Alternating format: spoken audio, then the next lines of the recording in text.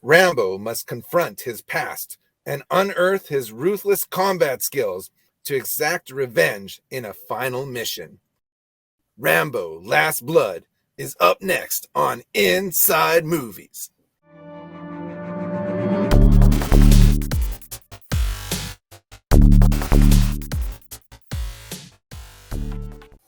Hey guys, welcome to another episode of Inside Movies. Today we're talking Rambo: Last Blood.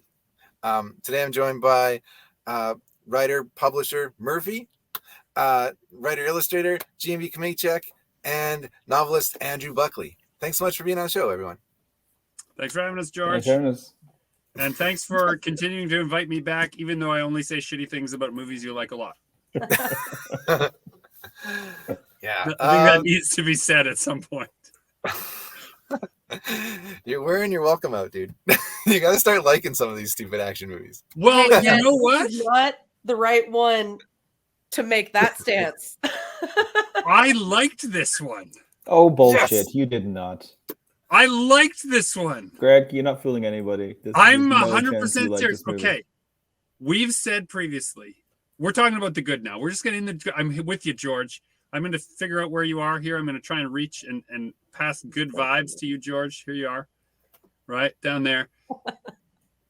We've said before that Rambo's 2, 3, and 4 could be just drunken stories told about John Rambo from First Blood at the bar by people who were there.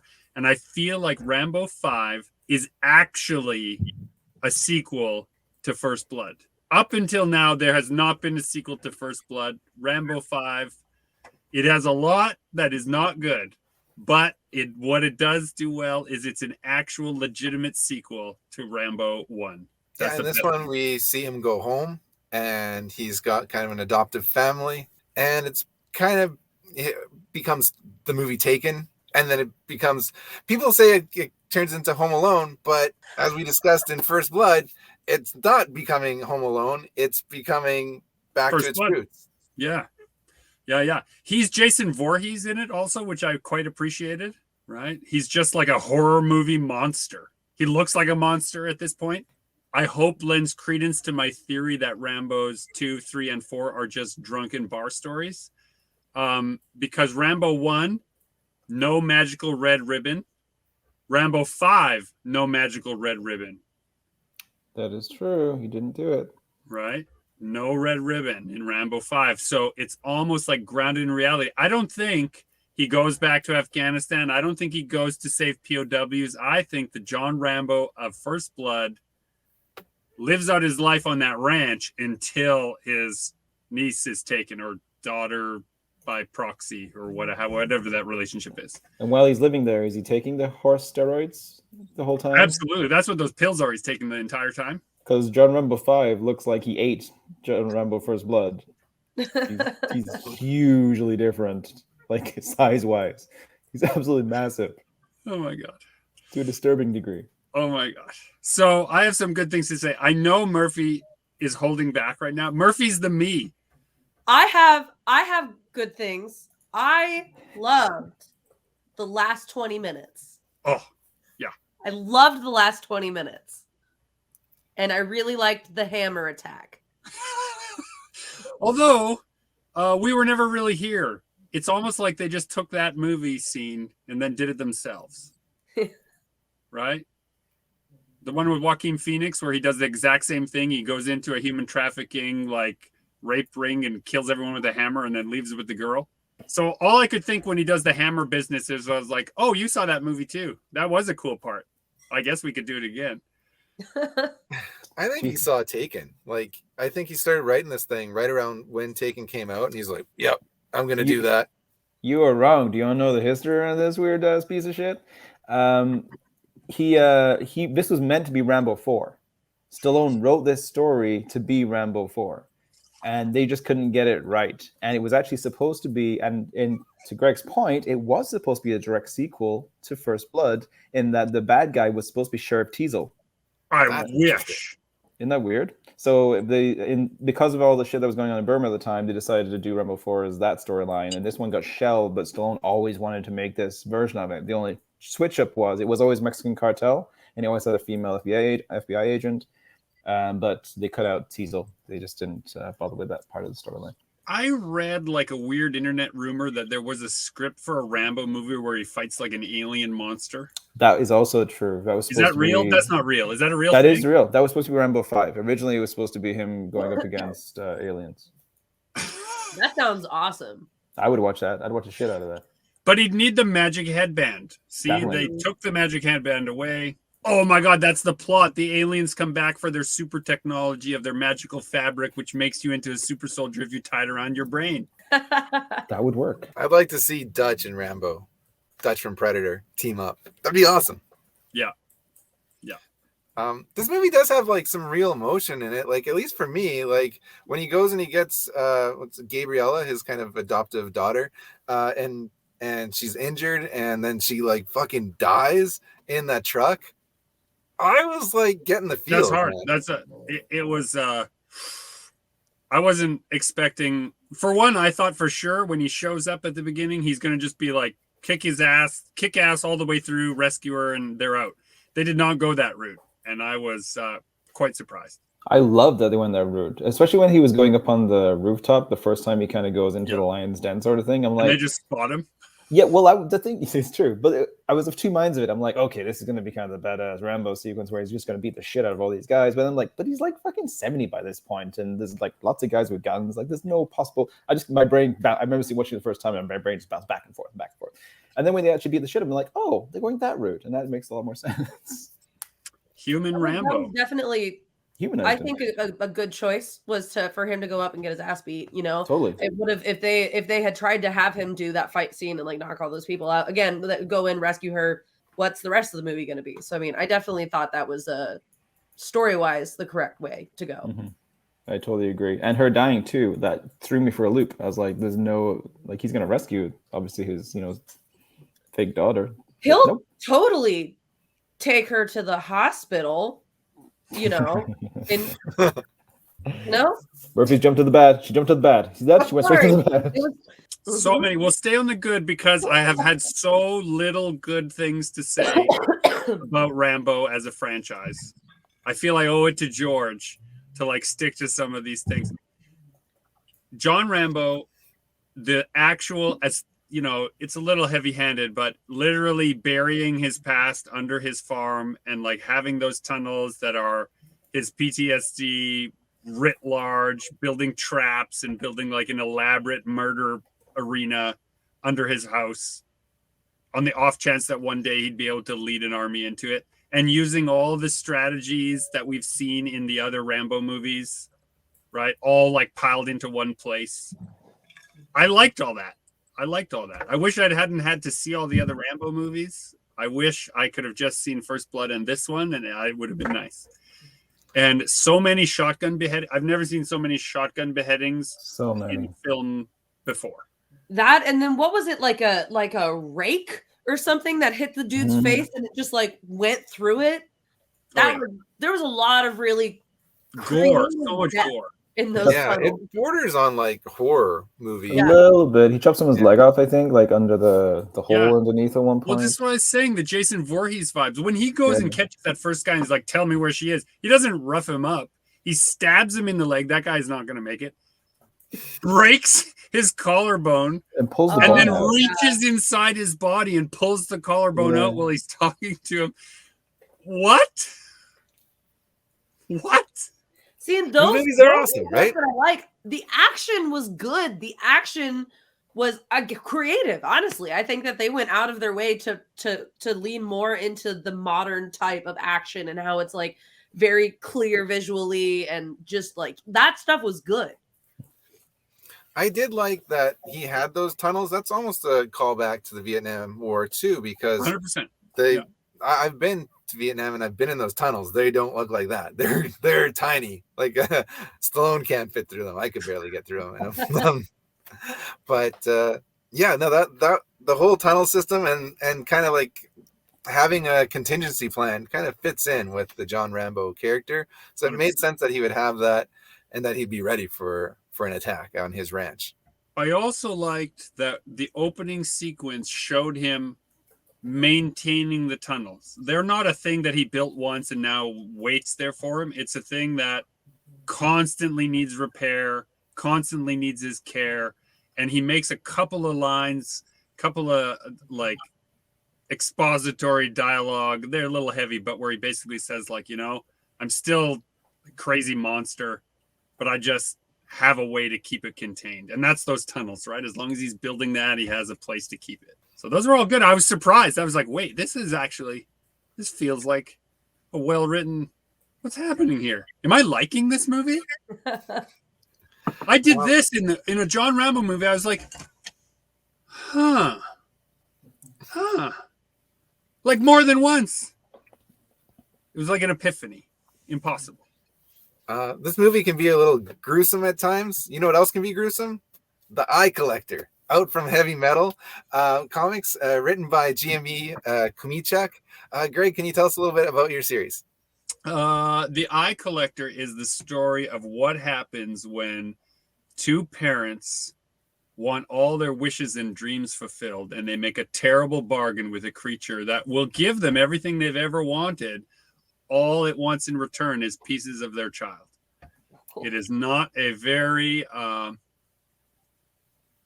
I do write kid-friendly, all-ages books. This is not one of them. So if you're a fan of Cassian Tonk or Rust and Water or Dragon Nanny, please do not buy The Eye Collector. If you are a fan of my Midnight City run and you like monsters, mayhem, weirdness, and surreal fantasy, The Eye Collector is for you. I like that. I like that stuff, and I like this book. All right, let's get into the bad. What did you guys not like about Rambo Last Blood? Murphy, don't hold back. I see. Look at the twinkle in your eye. Go for it. Well, George, I'm sorry to say this, but you made a point about like this being more of an emotional storyline, and I did not like that about it. I think that they tried to, but I don't think I don't think it came across like it's Rambo. It should be action packed, and it should be like nonstop. And it was, we got the badass tunnel scene in the last 20-30 minutes. We had the hammer scene when he like finally went in, and then we had him getting his ass kicked. But all of that together was like a quarter of the movie as a whole, and then not enough action. No, and then just the emotional part of it, I just didn't feel unjustified to you. Is that why you didn't like it? Like it was like, what's this doing in this movie, and it doesn't deserve to be here? No, I just think that there's ways to like create an emotional connection that are more than just laying it out as clearly as you can. And I just didn't like the writing. I think it was just not like, she says, okay, they say, no, you're not going to Mexico. And she goes, okay, yeah, she's going to go to Mexico. Like, why is anybody surprised that she went to Mexico? And then the thing with like her dad was just kind of inconsequential to the whole thing. And I'm assuming we've seen him. No. So that came out of nowhere. And then like I said before, when he picks her up, she's all drugged up, and he decides to drive back to America, which who knows how many hours that is. And then she just dies. And it was like, she probably could have not died. Yeah. I know for myself, sometimes like something will happen in a movie that's very emotional. Mm-hmm. And if I don't like the movie, if I think it's like a shitty movie, it's like, why are you going there? Like, I don't like to talk about it, but like, if a movie has like kids dying in it, like little kids, and it's like a shit movie, pretty much in general, but especially like, if it's a terrible movie, it's like, why are you putting me through this emotional roller coaster for your piece of garbage? That's my feeling. But I didn't feel like that way. I felt this was, I thought it was warranted in the story. I thought it was a surprise. I wasn't expecting her to die, and it hit me. It hit me hard. Well, it was a departure, right? I mean, we've seen 4 Rambo movies to now in escalating levels of silliness. This one actually did take a weird left turn and whether it succeeded or not, did throw in an emotional component that definitely set it apart from the other ones.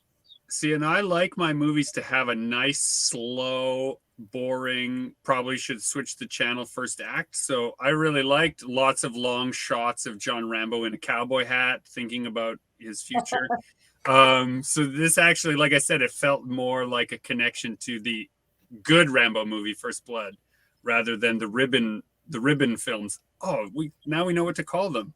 The ribbon films, where he ties the red ribbon around his hair. 2, 3, and 4 are war films. He's at war in those films, right? It's the Ribbon trilogy. It's not the Ribbon trilogy. It's the war trilogy. The Ribbon trilogy. I love it. Oh, stop it. Oh my gosh. I think, But can I say about the bad here that I've spent a fair amount of time in Mexico. What a beautiful place to be, with so many different things that were absent from this film. They made Mexico seem like hell on earth. And he goes into hell to get this girl and doesn't come back out with her. Where's the rest? I don't know. It felt like that one note of like Mexico is only bad and everyone who lives in Mexico is only bad. Is that not accurate? Like is that not the case? Where's the beaches? Where's Senior Frog? well, they had the scene of like, her, I'm assuming that was her mom, right? Saying like, oh no, she's a bad girl. Like she's a bad girl. And then she goes to Mexico and she's like the quintessential bad girl. Yeah, like a cutout. Rambo coming in and threatening this like young adult woman with death was a little bit below him. Yeah. Although, that scene. It was a powerful scene though, because we had never seen him do that before. Yeah. I think he was bluffing. I don't think that's in his character. I don't think he was. I've never seen John Rambo do violence towards women in any of the movies, right? Well, sorry, George. How many women have been in these movies? And Rambo 3 in particular. 0. My bad is that like Rambo dies at the end. Spoilers, but like I didn't like that. Does he though? Because he's bleeding. He's on that rocking chair. It wasn't looking good. I've heard there's another one. Is there? That'd be awesome. Essentially, if he's dead, I'm glad, because it is a good ending to the story. That's what I thought too. But then I heard that he was thinking of another one. So I'm like, I don't know. So here's my main complaint: is predictability. I predicted that she was going to go to Mexico. I predicted that the friend was going to steal the bracelet. I predicted that the woman in the car was following him because her sister was taken. All of these things were so predictable. When you say like, the daughter or the niece, whatever, dying was an emotional moment. Do you know what would have been really badass Rambo was if he died and then she went on a fucking rampage and then like went insane, or like mom went insane or some shit like that. This should have been in the good. You reminded me when you brought up the woman that helps him, that the entire time I was watching the first act, I was like, oh, I kind of miss Rambo's hair. And then it shows up on that woman. Did you notice that woman had Rambo's exact hairstyle from movies 2, 3, and 4? Did you notice that? I was like, oh, Rambo's hair just showed up in this film. Cool. That part, I guess it's bad. That was my first reaction to this character who's supposed to have lost her sister, and now we have to. My wife last night, we're watching. Never went back. I could have sworn that was going to be a thing. He goes and he takes her, and he finds the sister. No, fuck all the other girls in there. We were watching Rambo 3 last night, and my wife was pointing out that she liked Rambo's hair. She's like, "That's good hair anytime." 1980s, 2020. That's good. So in the next video, you will notice that George will not have had a haircut. I'm getting extensions. It's gonna be awesome. Just some flow. You wear a headband. It'll be wicked. Oh man. Oh, I know I'm getting you a red ribbon. Yeah, hair connected to it. Yeah. Andrew, do you have any more negatives to throw out?